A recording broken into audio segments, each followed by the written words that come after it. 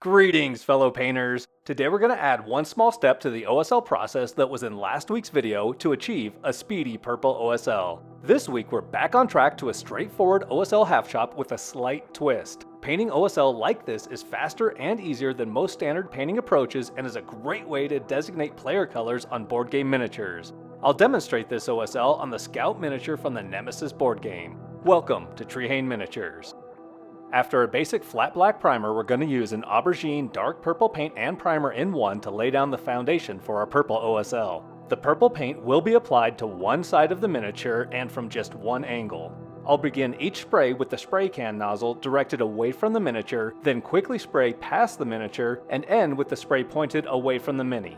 I never directly blast the miniature with paint. This is the one additional step over last week's video. Rather than using the dark purple as the base for the entire miniature, we've used a black primer first to create a deeper shadow and more natural looking OSL base layer, followed by a dark purple spray just where we want the OSL. You probably know what comes next. I mix up my favorite blend of Liquitex Basics Titanium White acrylic paint and Liquitex Titanium White ink and get to work dry brushing the Scout. I begin by dry brushing over the dark purple base layer, maintaining a top-down vertical application when possible. Of course, any vertical ridges that I want to highlight, like those on the Scout's thighs, will have to be attacked from a different angle so that the paint will stick to the raised surfaces. In last week's red OSL video, we started with a miniature that was completely primed in a red color, and we determined where we wanted the actual OSL to hit the miniature during the dry brush step. Here, with the Scout miniature, the location of the OSL was determined during the priming step when we sprayed the dark purple paint from a single angle onto the miniature. This makes the dry brush step automatic, as we just need to lightly dry brush within the pre-established purple area. I've decided to slap chop speed paint everything on the front side of the mini as well, with the exception of the face and hair, which I'll spend a little more time on. Just because you've decided to speed paint a miniature doesn't mean that it all has to be done in the same style. Even when speed painting, I still like to pick one aspect of the piece that I can focus more attention on and exercise some painting technique, so I'll do that with the face and hair.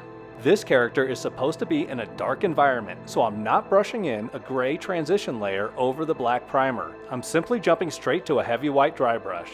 With this particular miniature, I have to switch to my smallest dry brush to get some of the harder to reach locations. Notice that I'm not applying any of the white to the left side of the face or head because that will be painted in a more traditional manner later. The ground will also receive highlights where I want to place some blue and purple reflections. For the final bit of underpainting, I'm using the same white mix in a smaller brush to intensify some of the highlights, mostly around the Scout's upper torso and head. I'm also taking some time to add highlights to areas that should receive some of the OSL effect, but are too smooth of a surface to pick up paint from the initial dry brush. I'm looking at you, right butt cheek.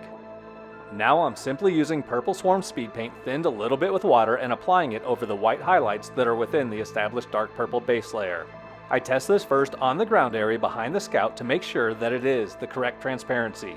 Thinning the purple speed paint allows the highlights to reflect brighter, and the dark purple base layer creates deeper purple shadows. This is what helps sell the illusion that this model is being lit by a purple light rather than it looking like the Scout is simply wearing purple garments. And that's it for the purple OSL portion of this model. I'll continue by using a couple of speed paints to paint the front side of the miniature. First, the Scout's bodysuit gets a complete coat of dark gray occultist cloak.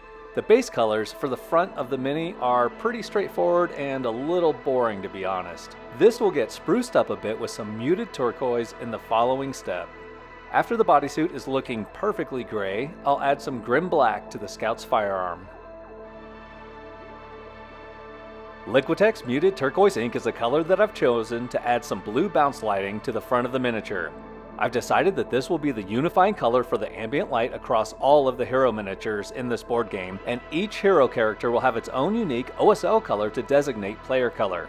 I will initially hit all of the highlights on the front side of the miniature with this muted turquoise, as well as the ground in front of the hero sculpt. I will then use some ice yellow to increase the intensity of the highlights around the Scout's upper torso and head and some of the key features of her rifle. Finally, I'll follow this up with another light glaze of the muted turquoise. This ink is very thin, so I make sure to remove any excess from my brush before I touch it to the model. I don't want this ink acting like a wash and running into the recesses. To finish off the bodysuit, I use ice yellow to add some more intense highlights to the upper portion of the miniature. These highlights will be more intense than the highlights on the lower part of the miniature and the ground. This will draw attention toward the face of the miniature, which is where I want the focal point of this piece. For the Scout's flesh, I'm going for a rosy skin tone with a deep purple base that I feel will work well to reflect her environment. I've basically abandoned using labeled skin tone paints for painting flesh. I always feel like I've been put in a box when using those, and I'm never quite satisfied with the results. For this model, I'm selecting a dark desaturated purple, a medium pink color, and a pale yellow paint that I'll mix in varying amounts to achieve the rosy complexion that I'm after. I begin by applying the dark plum color to the entire face, including the recesses. This will be the deepest shadow color for the face, and most of it will be covered by the next layer of paint.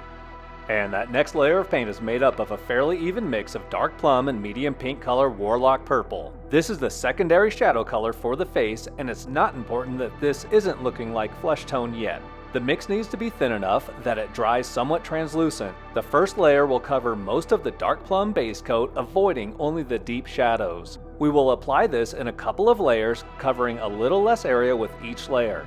By doing this, the thin, translucent nature of the paint will allow for a smooth transition to the darker shadows. For the rosy flesh midtone color, I'm adding ice yellow to the existing secondary shadow color, which is a mix of dark purple and medium pink paints. Once again, I have this thinned with water so that I can apply it in a few translucent coats. I'm basically taking the same approach with this color that I did with the secondary shadow color, but covering less area. I achieve a smooth transition between layers by applying a couple of layers and covering less area with each additional layer. This color is finally starting to look like human skin. I'm beginning to build the highlights with this color. I imagine that the light source is coming from the model's upper left, so I'm focusing the layers on the left side of the nose and forehead, and when I'm painting the left cheek, I'm building the layers towards the upper part of the cheek. I'm also adding this to the chin and ear, and this will be the brightest highlight that those features receive. For the final highlights, I mix even more ice yellow into the existing mix. This is a very bright highlight, and I will only use this on the small portion of the left cheek, left temple, and tip of her nose. If I overdo any of these highlights, as I usually do, I can always glaze in some of the darker shadow mixes to reduce them a bit. This actually isn't so bad since it helps create a smoother transition between the colors. For the Scout's hair, I'll use my favorite brown hair recipe. Starting with German Camo Black Brown, I base coat the left side of the Scout's head, including the strands that are directly above the part in her hair. For the mid-tone color of the hair, I'll lightly dry brush orange brown over the hair. I'm selecting one straight line that runs across all of the strands of the hair, both above the part and below the part in her hair, and applying paint just along that line. This will give the impression that the hair is shiny and reflecting light. Finally, I'm using ice yellow to add a small highlight within this orange layer that will add to the illusion that the hair is shiny. This highlight is similar to the way non-metallic metal highlights work in that it's not necessarily the upward facing part that gets the highlight, it's closer to the areas that are facing upward at about a 45-degree angle or so. It's not so much where the light hits the hair, but how that light is reflected towards the viewer's eye that gets the highlight. Above the part, the highlights will run horizontal across the strands of hair, and below the part, the highlights will run vertical.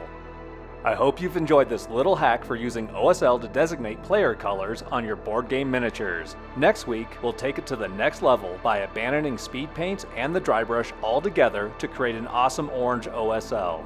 Thank you so much for watching. Please hit the like button and subscribe to the channel to join our growing community of painters.